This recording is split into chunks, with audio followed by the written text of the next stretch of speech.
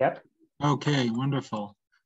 So first of all, thanks a lot for having me at this conference. I wish I could be there at UBC. I was a UBC undergraduate, and I love the campus there, but my teaching responsibilities have kept me here.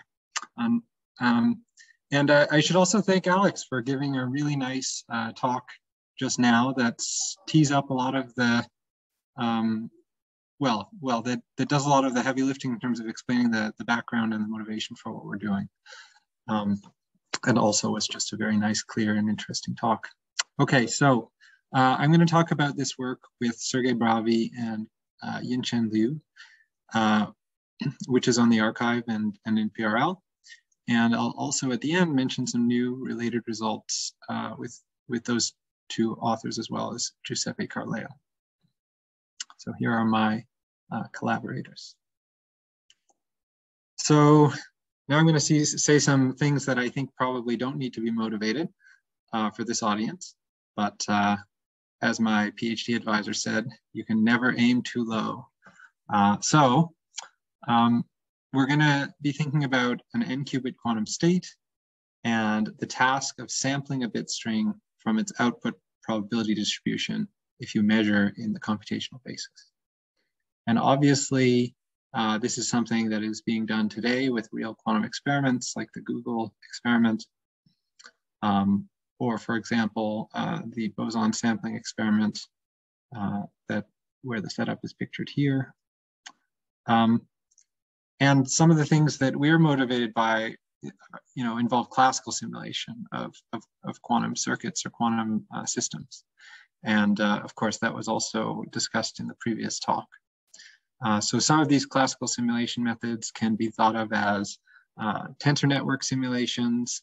For example, here is a figure from a recent paper that aimed to simulate the Google experiment using tensor network contraction methods. Here is a figure from our paper, one of our papers on the stabilizer rank methods that we heard about in the previous talk. And here's a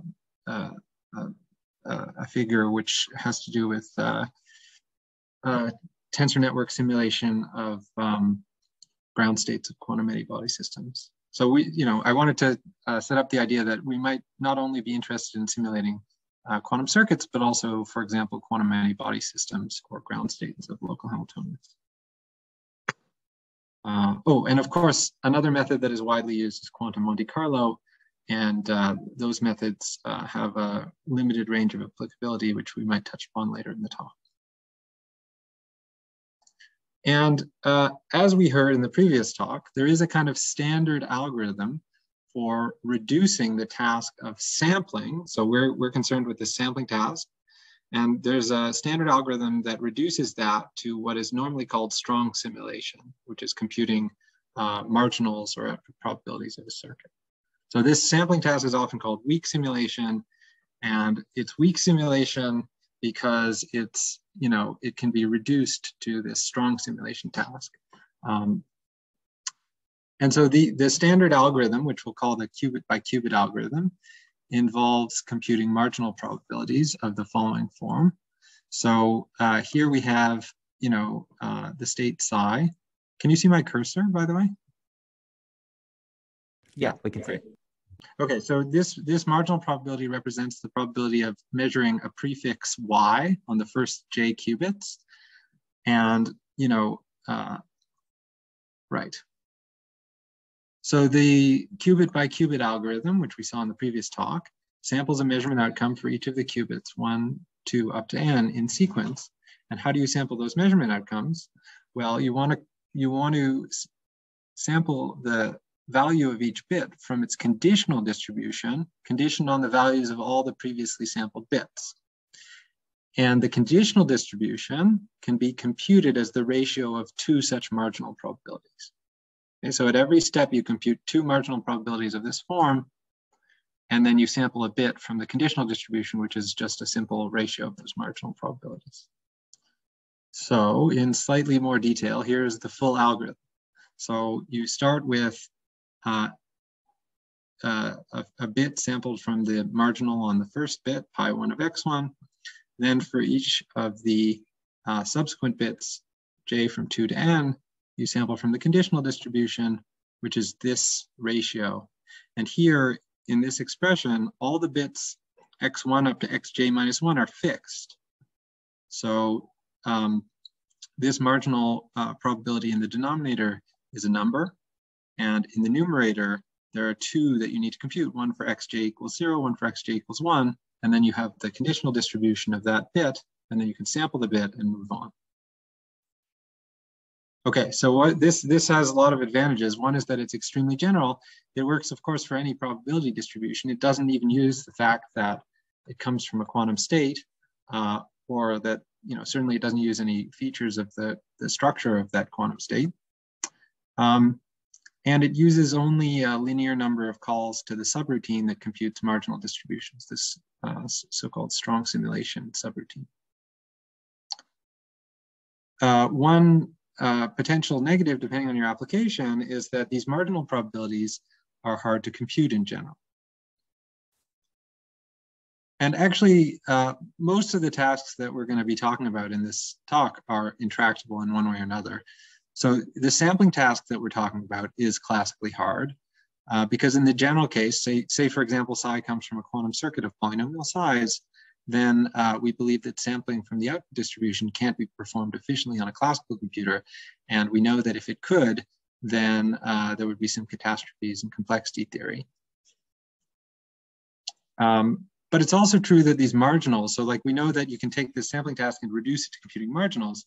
It's also true that computing marginals for most well-motivated families of states that we might care about is sharply hard. So for example, if you want to compute a marginal probability of a quantum circuit that's given of polynomial size, that's a sharply hard task.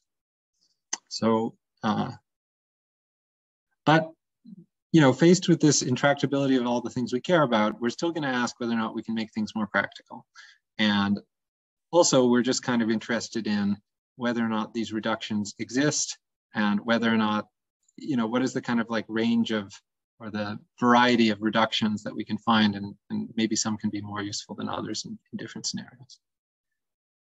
So can we reduce sampling to a task that's easier than computing marginals in some situations or in practice?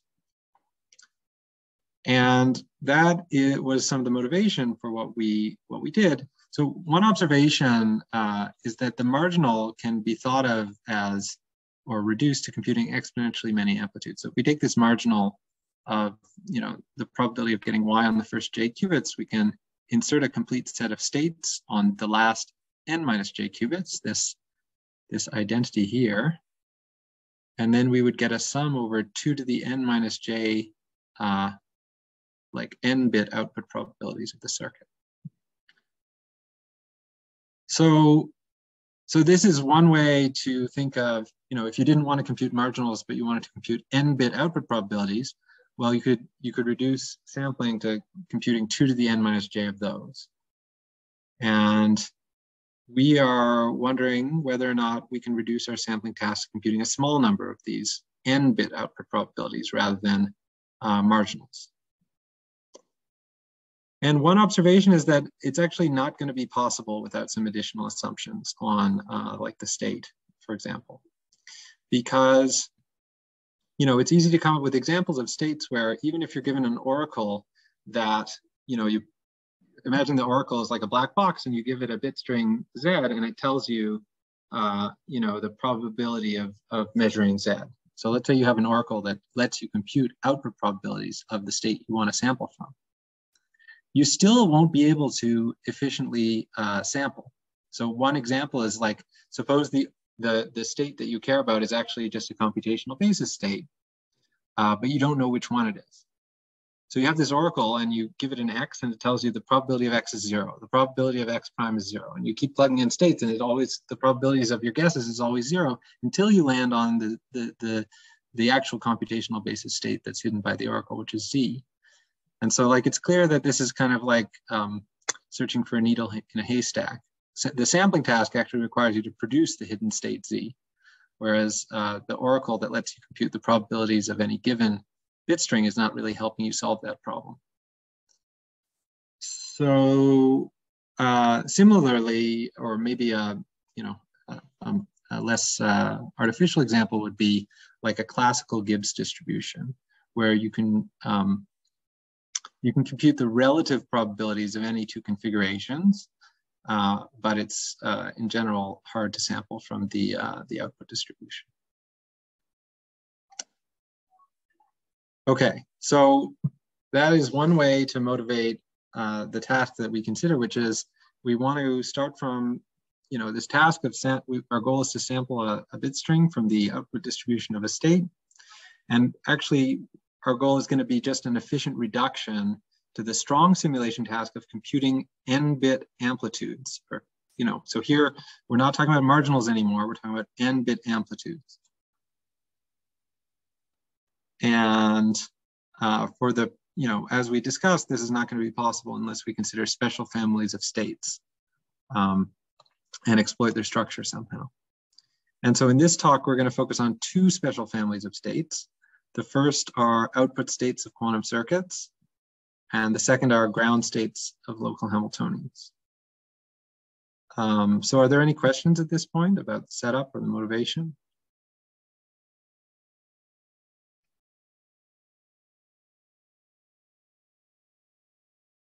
I see Robert pointing. Okay, maybe I have managed. So you're just for clarification, you are interested in efficient reduction, and whether the amplitudes themselves are easy or hard to compute, you don't care about?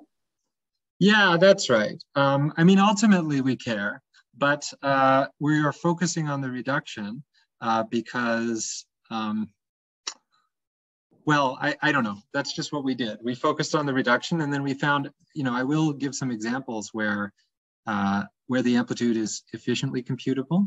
And then I'll give other examples where it's not efficiently computable, but using this better reduction improves the runtime of simulation overall. Thank you.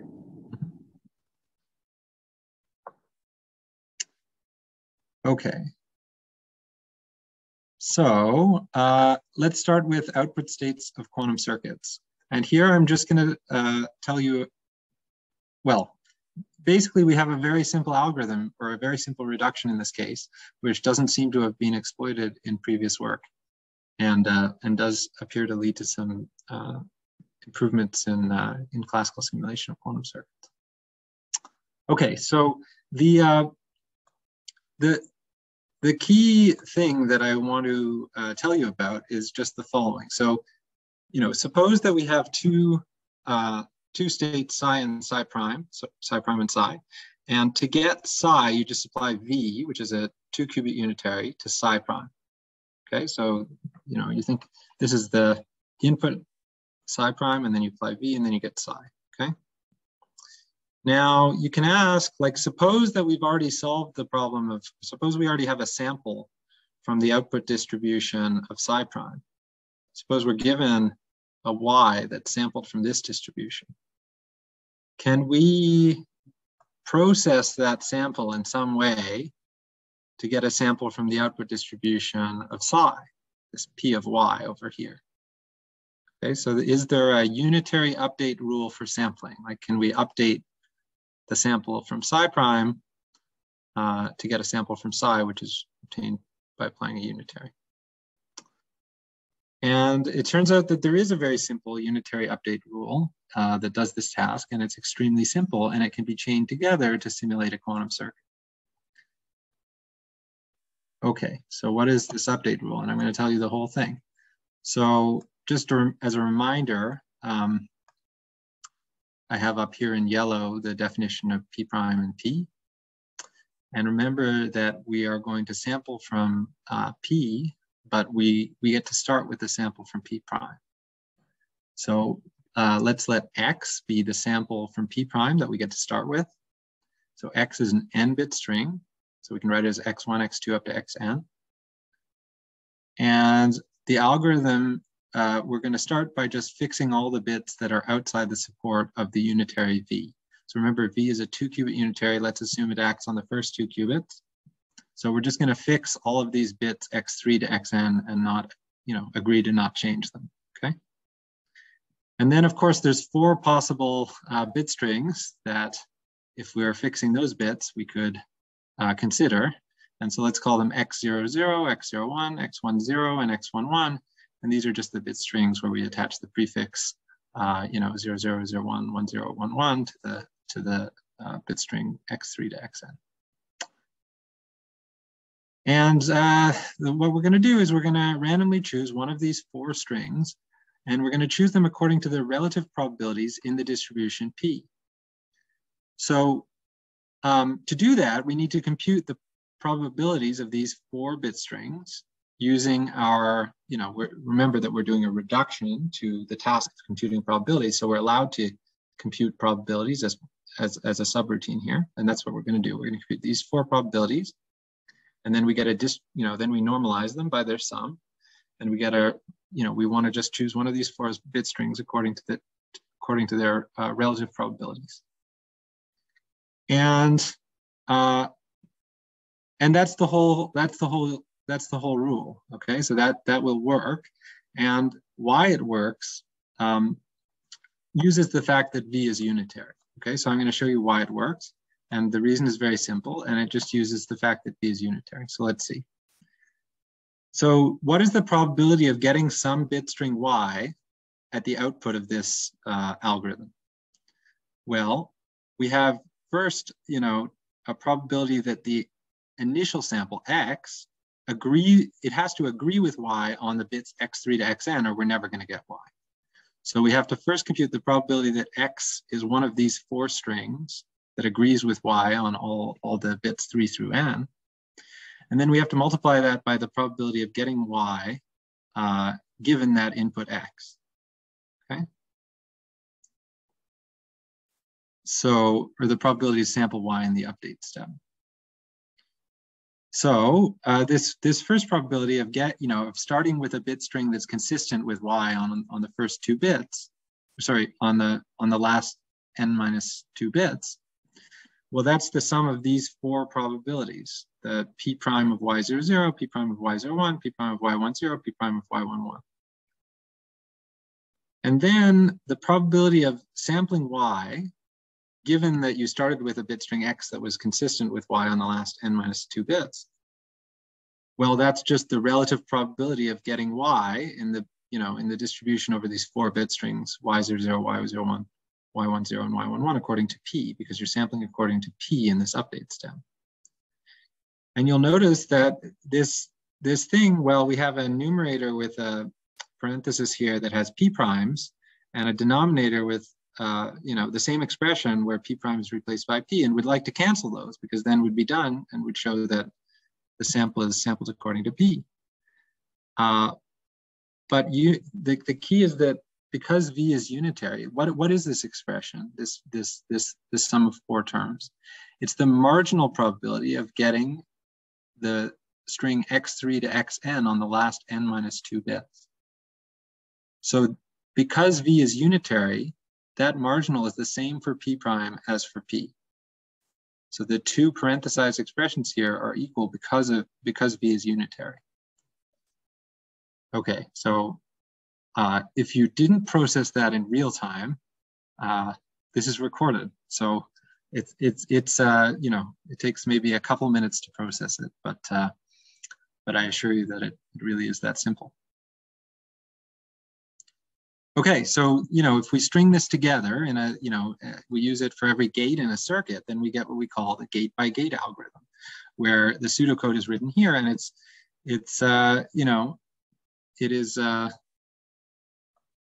well, let me take you through it. So in the first, so we start with the all zeros bit string, because if we have no gates, our circuit starts with all zeros, and so your distribution will concentrate on all zeros.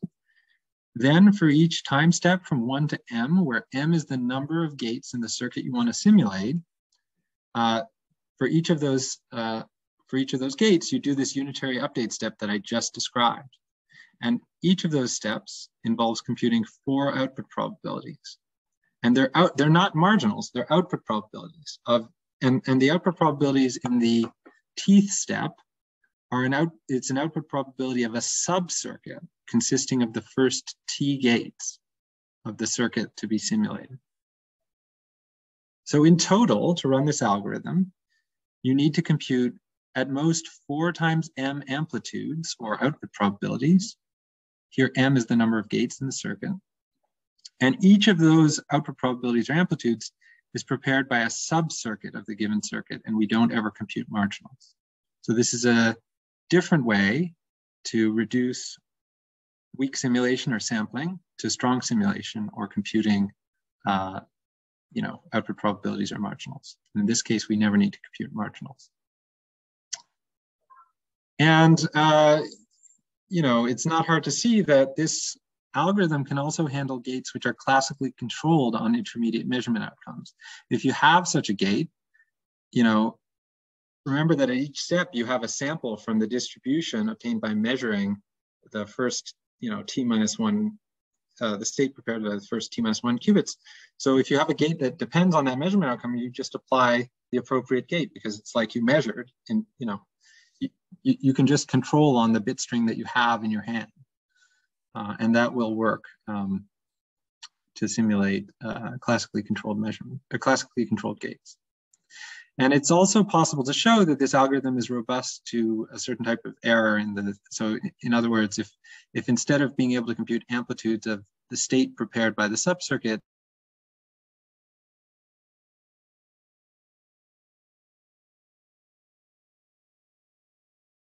distance of the distribution that you're sampling from. Okay. So you might say, is this actually a useful thing?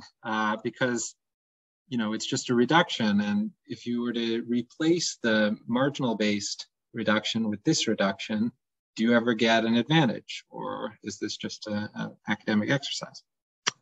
And of course, that depends on how the amplitudes or marginals are being computed. So,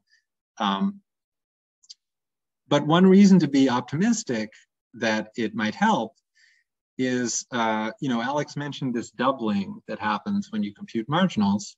So the qubit by qubit algorithm, you have to compute these marginals, and you can think of this as like an amplitude of an operator that has depth twice the depth of u plus the depth of this, which is 1. Okay, so you're computing an amplitude of something that's like roughly twice the depth of u. And whereas for the gate-by-gate algorithm, you compute output probabilities of subcircuits, and every subcircuit of the circuit you started with has depth at most d. So you never have this doubling. So that's good if your algorithm for computing these amplitudes scales poorly with the depth. Okay? So whenever you have a classical algorithm for computing amplitudes that has a high cost as a function of the number of gates or the circuit depth, you expect R reduction to be preferable. So let me just give some kind of simple extreme cases. So first of all, you can think about state vector simulation, where you just store the whole vector as the quantum state as a complex vector of length 2 to the n, and then apply sparse matrix updates to apply the gates. This algorithm requires an exponential amount of memory, has a runtime that is scales very well with the number of gates, right? The runtime scales poorly with the number of qubits, but linearly with the number of gates. So if you were to use the gate-by-gate algorithm here, you wouldn't really get much of an advantage because, maybe this m, gets halved or something. It's not a big improvement. On the other hand, in another extreme case, if you use the Feynman sum over paths or type simulation method, where we compute an amplitude by inserting complete sets of states and basically writing out the matrix multiplication. So here, to perform this sum on the right-hand side, each term can be computed using a polynomial number of resources, and the number of terms is exponential in the number of gates. So the memory requirement here is low, it's linear in m and n, and the runtime is exponential in the number of gates. So this is in contrast with the state vector simulation method, this method requires exponentially less memory, but the runtime is exponential in the number of gates rather than the number of qubits. And so we would expect the gate-by-gate algorithm, our new reduction, to have a big advantage here because we're having the thing that's sitting in the exponent. Now, it turns out that this naive version of the Feynman simulation is not the best known method for polynomial memory classical simulation. So if you want, if you ask what is the best method for simulating a quantum circuit with m gates that has a polynomial cost in terms of the number of gates and the number of qubits, sorry, in terms of the memory used, then that is a recursive version of this matrix multiplication that was described in this Aronson and Chen paper. And that algorithm uses a polynomial amount of memory, and its runtime scales like this: n times 2d, d is the depth, all to the power n plus 1. So, even with this, in this case, we would get also a big advantage because we're having this depth here. So we get a exponential and n advantage using this Aronson-Chen method. So, these are kind of like still a little bit academic because they're kind of extreme cases. And in practice, what gets used are things like tensor network contraction methods, or for example, the ZX calculus, which I hope Alex won't be too mad at me if I characterize it as similar to the tensor network contraction methods. And so, in those methods, you view the circuit as a tensor network where you need to contract all of the edges, and you want to choose that contraction ordering to minimize the memory or runtime. And of course, maybe you also want to use some simplification rules like in the ZX calculus or something like that.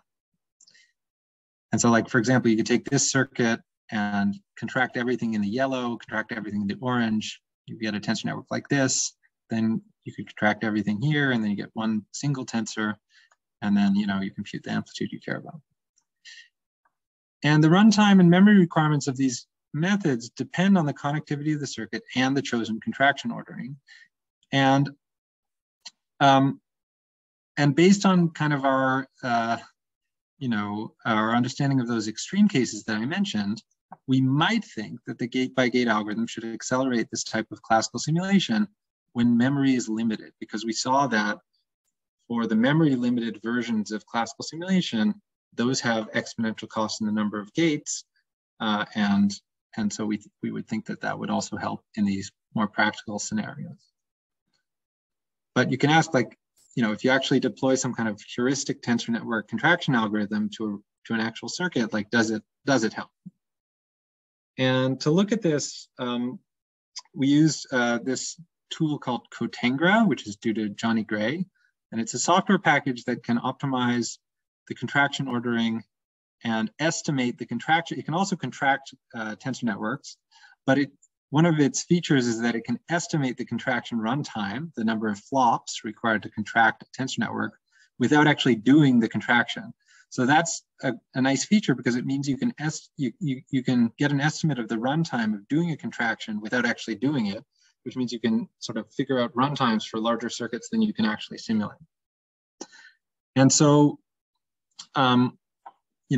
we did this, and here you can see the, so this was for a depth 16 circuit on a 7x7 grid of qubits.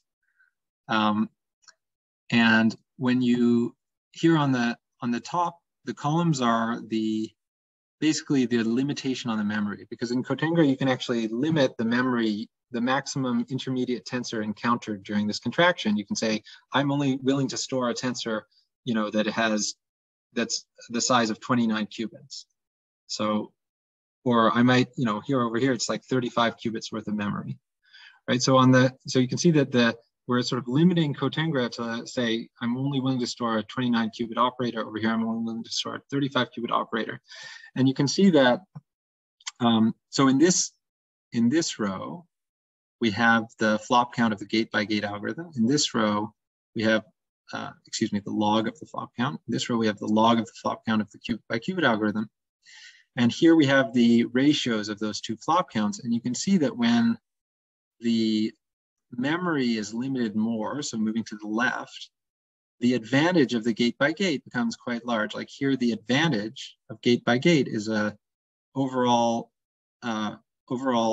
overhead of 131,000 roughly.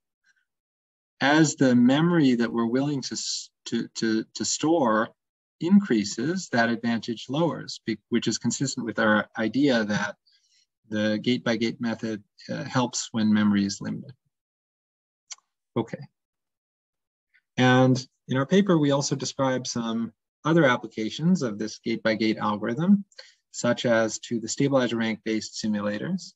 So if your goal is to exactly sample from the output distribution of a Clifford plus T circuit with m T gates, then the previous best algorithm required you to compute these marginals and had a runtime that was the exact stabilizer rank squared times some polynomial prefactors.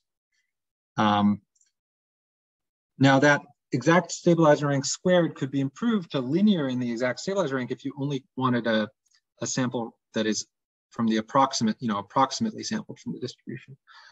But we show that actually, even in the case where you want an exact sample, you can get linear in the exact stabilizer rank. A second application, which could, I think, really be the subject of another talk, is, or a different talk, I should say, is has to do with measurement-based quantum computing with the surface code, which was an example from this paper of Sergey and Rosendorf and Robert from 2006. And in that paper, they showed that if you take the surface code resource state and consider measurement-based quantum computation, so you have single qubit measurements that are adaptive, then they showed that you could classically simulate that model of computation as long as the measurements were in an order such that they always form a connected set. And it was left as an open question whether or not that could be extended to arbitrary measurement orderings. And that's an example which is a little bit strange, where computing amplitudes can be done in polynomial time. So we can just directly use the gate by gate algorithm to get, along with the fact that it can be that it works in the presence of adaptivity and classical control. So we get an efficient algorithm that for simulating measurement-based quantum computing with the surface code with the general measurement ordering. So we no longer require that the measurements be done in such a way that they always form a connected set. But what's interesting is that it's kind of a funny example, because the amplitudes there can be computed in polynomial time, but the marginals can be sharply hard to compute. So it would seem that any approach that's based on the qubit by qubit algorithm or the marginal based algorithm would come up against this obstacle, that there are certain marginals that are sharply hard to compute in this case. Okay. So that brings me to the second part of the talk, where we pivot a little bit. But I wonder if there are questions about the first part before I do that.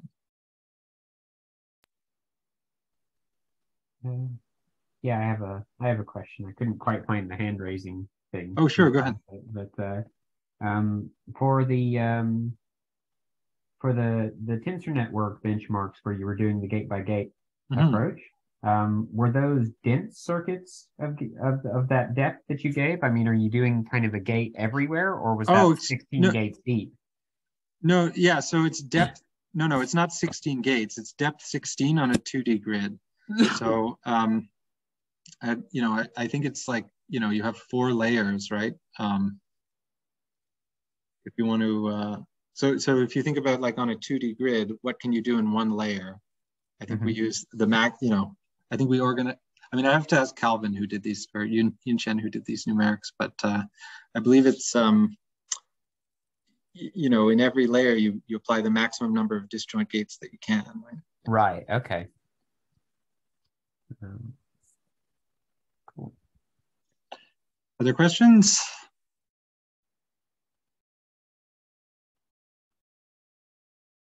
Okay. So that was about simulating or reducing weak simulation to strong simulation using the fact that the thing you want to simulate is an output state of a quantum circuit. And now we're going to ask the same question, or we're going to look for a similar reduction, but now for the case where the state you want to simulate is the ground state of a local Hamiltonian. So, you know, we want to consider quantum spin systems, and for simplicity, we'll take them to be composed of qubits. And we have some k local Hamiltonian, so each term acts on at most k qubits, like for example, the 2D Hamiltonian, but we're not going to require the interactions to be geometrically local. I just mean local in the computer science sense, that every term involves at most a constant number of qubits. And we're going to assume that there is a unique ground state of our quantum many-body system. It's not clear that we can remove this assumption, so I won't say it's for simplicity.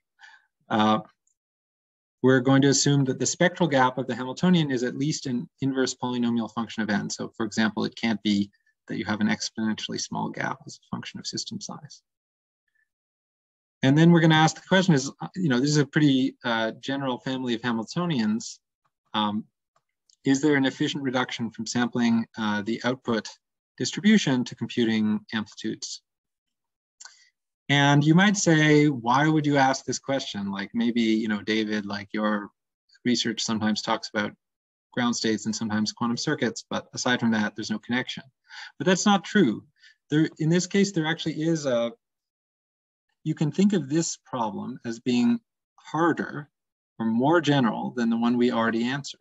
So it is kind of a natural next question to consider, because if you can answer this question positively, so suppose there's an efficient reduction for ground states, then that implies an efficient reduction for quantum circuits, because you can always take a quantum circuit and you can construct a local Hamiltonian whose ground state encodes the history of that circuit in the sense of the Feynman-Kitaev clock construction. So that's, for those who are familiar with that, that probably helps. And if you're not familiar, I'm happy to explain it to you afterwards. But the point is that a positive answer to this question that's written on the slide would also give a positive answer to the question about quantum circuits. So that's one reason to consider this as a next natural problem after solving the quantum circuit one. And you know, one very natural way to try to solve this problem or find a reduction is using some kind of Markov chain Monte Carlo. So for example, you know, one of the most natural things to consider is like the Metropolis-Hastings algorithm with local moves. So here is an algorithm given, so say you start in this bit string X, you can propose a new bit string that's obtained by just choosing a random subset of at most k bits. K here is the locality of your Hamiltonian, and then just flipping them. And you either accept or reject that proposal, and the probability with which you do that is given by this expression. And this 1/2 is kind of unimportant. The 1/2 here is chosen so that there's always a 1/2 probability of remaining in the state that you're at. So it's kind of a lazy random walk, but that's more for technical reasons.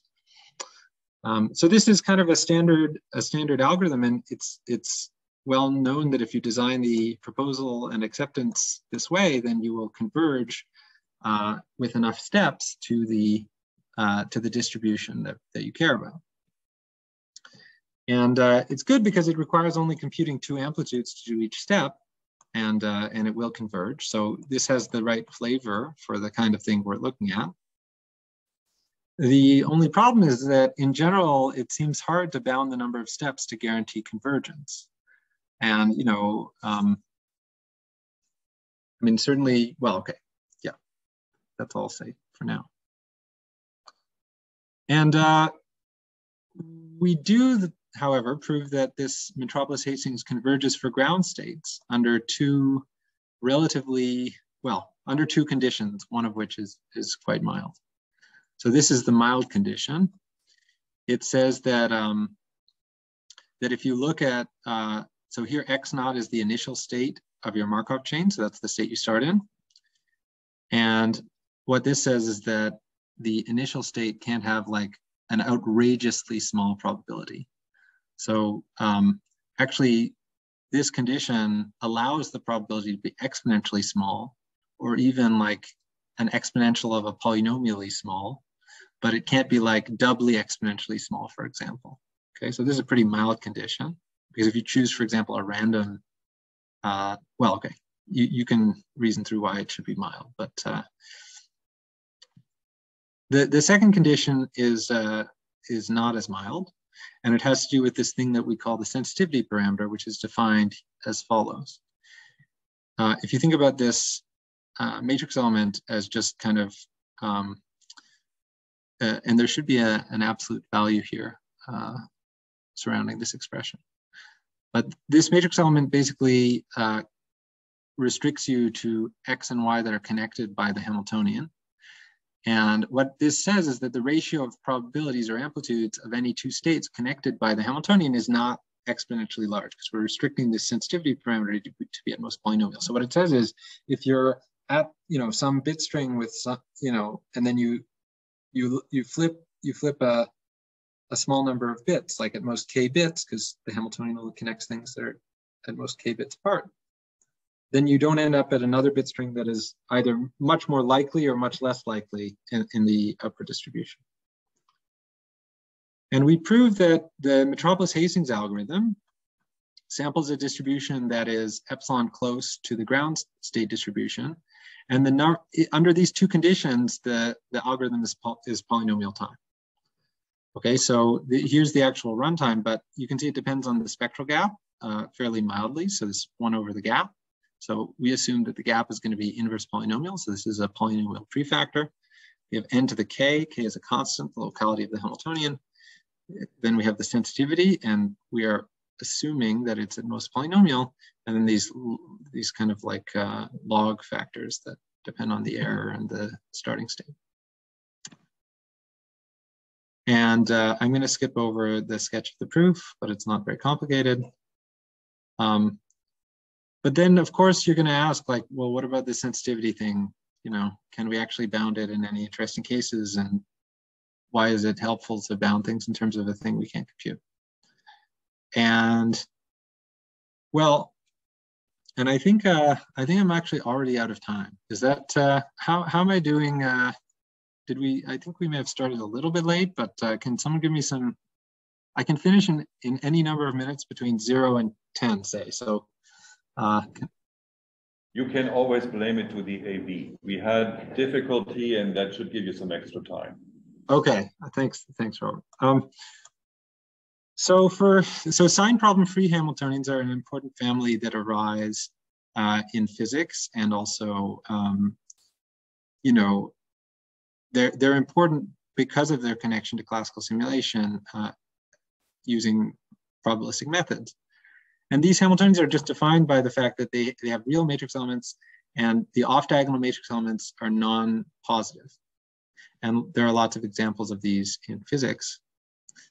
And it's not hard to show that it's like a one-line proof that any sign problem-free or stochastic Hamiltonian has a sensitivity parameter that's bounded by twice the norm of the Hamiltonian. So if you have just like a k-local Hamiltonian, like the type we've been talking about, its norm will be polynomial in n.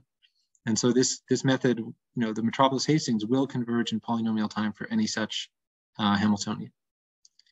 However, so that's kind of nice, and you might say, great, like it's a broad family and people care about this family, and now you've shown that Metropolis-Hastings converges, and that's true.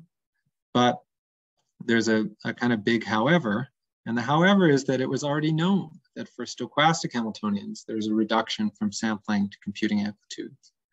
And that reduction is more simple. It uses the fact that any stochastic Hamiltonian H, if you subtract off the first eigenvalue times the identity and conjugate by a diagonal matrix that depends on the ground state entries, then you get a generator for continuous time Markov chain. And that continuous time Markov chain has the limiting distribution you want, and its gap is the same as the gap of the Hamiltonian because it's related by a similarity transformation. You can see it from this formula. So in a way, stochastic or sign problem-free Hamiltonians are continuous time Markov chains that mix rapidly. You just, to see the sense in which they are, you need to be able to compute amplitudes of the ground state. So the reduction is kind of like, yeah, it's kind of like, in this case, it's an extremely natural reduction between these two things that was already known. So, of course, our result applies to more general Hamiltonians where the sensitivity parameter is bounded, but we don't really have a good characterization of what those Hamiltonians are. And so that brings me to the last part where I'll talk about the more results that we are, in kind of work in progress with Giuseppe Carlea. And Giuseppe told us, he said, well, is this really necessary? And have you heard of this fixed node Hamiltonian construction? And we had not. And so let me just tell you kind of what this is. So the fixed node Hamiltonian is a method of curing the sign problem that is known to people in the quantum Monte Carlo community. You can think about it as a kind of machine where you plug in a local Hamiltonian. So the local Hamiltonian that you plug in is not stochastic or not sign problem free. And it's local, it has unique ground state and spectral gap. And then the fixed node Hamiltonian comes out and it is stochastic, it's sign problem free, but it's not local. And it has the same unique ground state and a spectral gap that's at least as big. But the thing about this fixed node Hamiltonian is that the matrix elements depend on amplitudes of the ground state. So it's a way like, assuming you have an oracle that computes amplitudes of the ground state for you, this is a way to convert non-stochastic Hamiltonians to stochastic ones. And here's a definition for the case where Hamiltonian has real matrix elements. And it's, I don't expect you to really process this, even though it's not too complicated.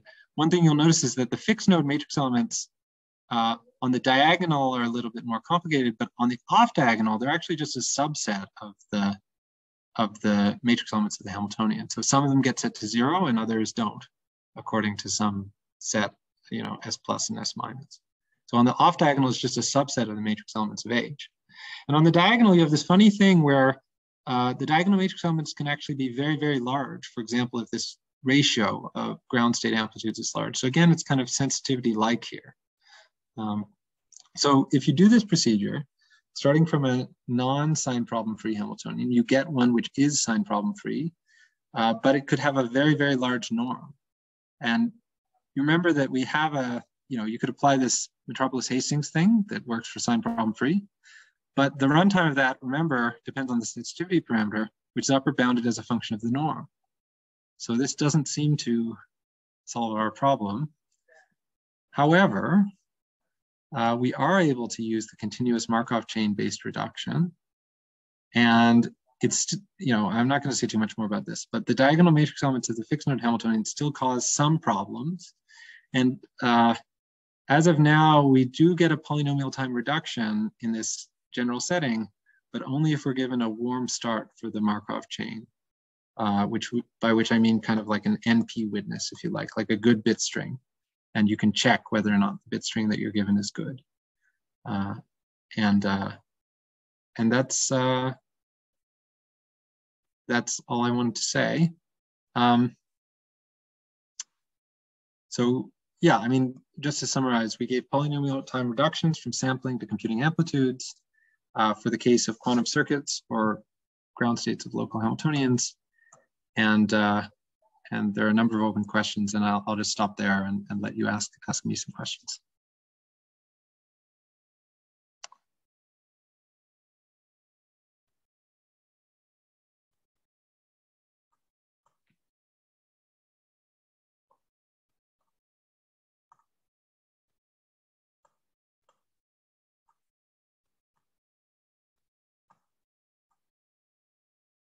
Yeah, good.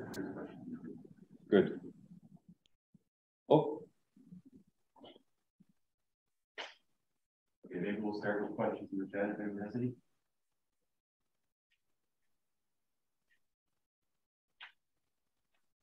Alex has a question? Yeah, so thanks for the very nice talk.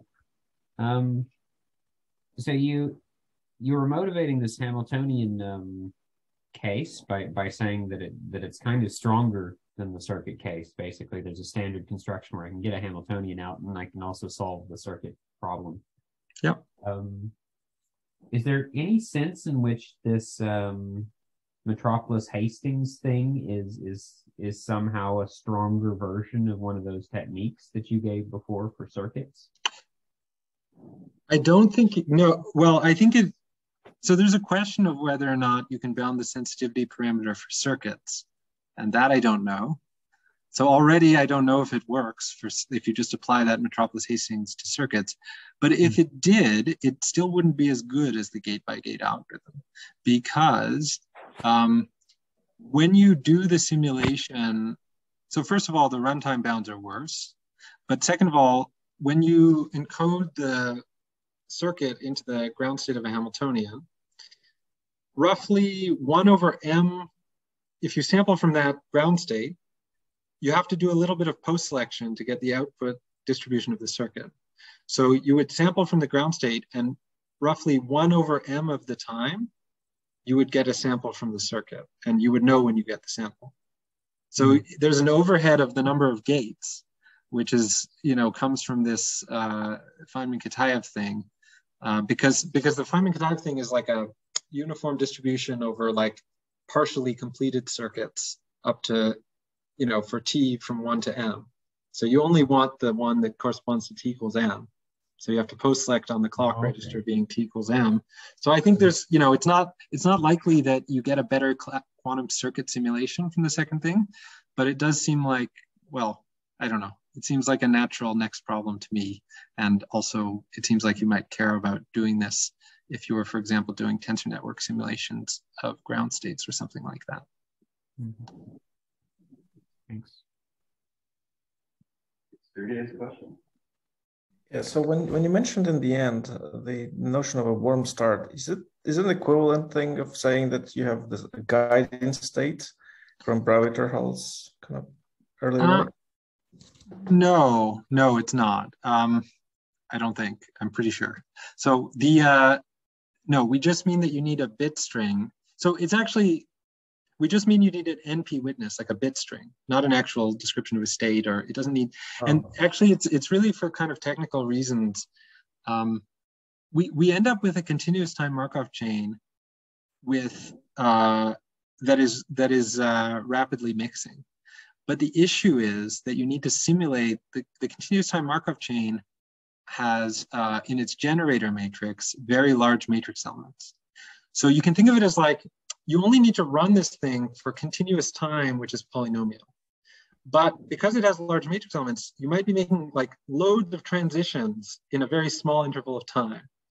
And so to deal with that, there's some annoying technical things, and then we end up with needing a warm start. But I'm not sure that we've dealt with it in the most well. It's not clear to me that we need that is necessary, and that there isn't a better version of this that somehow avoids that. Yeah. Thanks. Looks like there's no more questions from Zoom. Any questions from Zoom? Yeah, I have a question. So, what about some hybrids between gate by gate and qubit by qubit algorithms? We have not considered that. That's a very interesting suggestion. I mean, certainly, yeah, I mean, you can imagine maybe you can attack some kind of like trade-offs and do better in certain, yeah, it's a good suggestion. We haven't looked at that. Thanks. I have a question. So about the first part of your talk, and maybe it was a misunderstanding, but it looked like in this algorithm, you deal with probability and update of probability. And so the question is kind of the natural question, I suppose. What about amplitudes versus probabilities? So where do you keep coherences? So, I mean, a very simple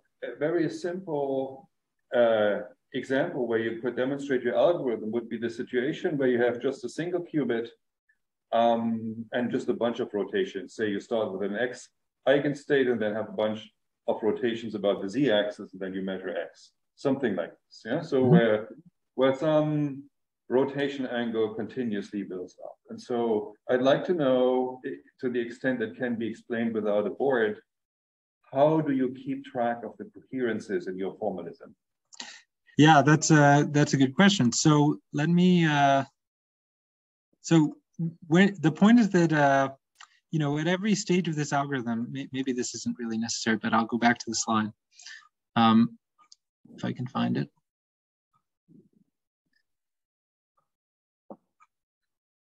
So at every stage of the algorithm, can you see that?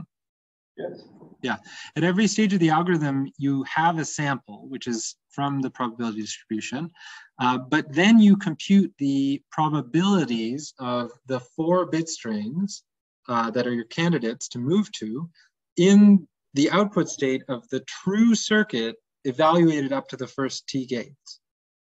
Mm-hmm. So those coherences are in these probability calculations, right? Like, you still need, it's not the calculation of these 4 probabilities at every step involves the actual output state of the circuit at that step, you know, truncated to T gates. Does that make sense? Yes, that does make sense. However, so how do the probabilities that you calculated in the step before the last gate, help you with that? I mean, it seems to me that the new probabilities after the gates, are they related in some fashion to the probabilities before the gates? Or it seems they must, because otherwise you would basically start from scratch. Yeah, that's why I think, well, maybe it's helpful to look at just the one update step. So when you do the one updates, oh, here we go. So when you do one update step, you start with this bit string sampled from the probability distribution from the step before. And that fixes all of these bits x3 through xn. And so the coherence, I mean, as far as I understand your question, you know, you're using the coherence to compute these 4 probabilities and decide which of these 4 bit strings to go to next. Is that? So the labels here, 1, 2 to n, they are qubit labels? Yes. Okay. All right. So maybe just assume 2 qubits here, 1 and 2. So it's a very simple circuit. So to simplify this equation. But if you only have 2 qubits, then you're actually not really using the bit string that you started with. You're just sampling a new bit string according to the output state of this 2 qubit gate, which is what you should do, right? Because you want. Good. Okay. You know what? You know, I don't know. Maybe I just have to have a look and answer the question for myself with the paper. But I don't want to hold up the discussion session. And are there any other questions?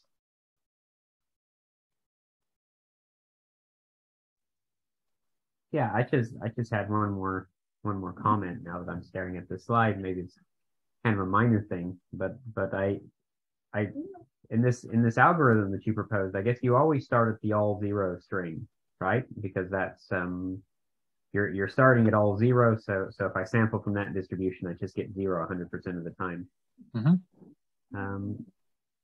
I guess you could run your circuit for kind of as long as it takes that I still know how to efficiently sample. So for instance, I could run all of my local gates through, and I still have a product state, and then I can still sample each of those individually, and then start your algorithm, I guess, from that sample, right? Sure. Yeah. Okay. And we do also show that how this can be used in conjunction with the sum over Clifford's method, like in cases. So I mentioned before that it's kind of robust to if instead of sampling from like the actual state exactly, you're sampling from a state that is like epsilon close.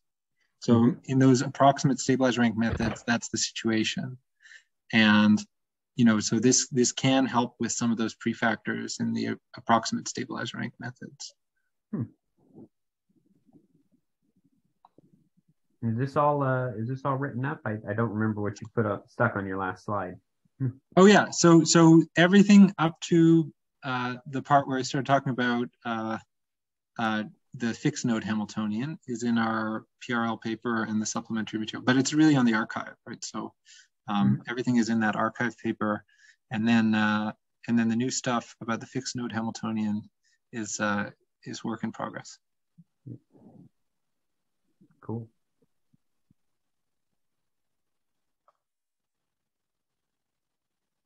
Good. If there's no more questions, I think we should move on.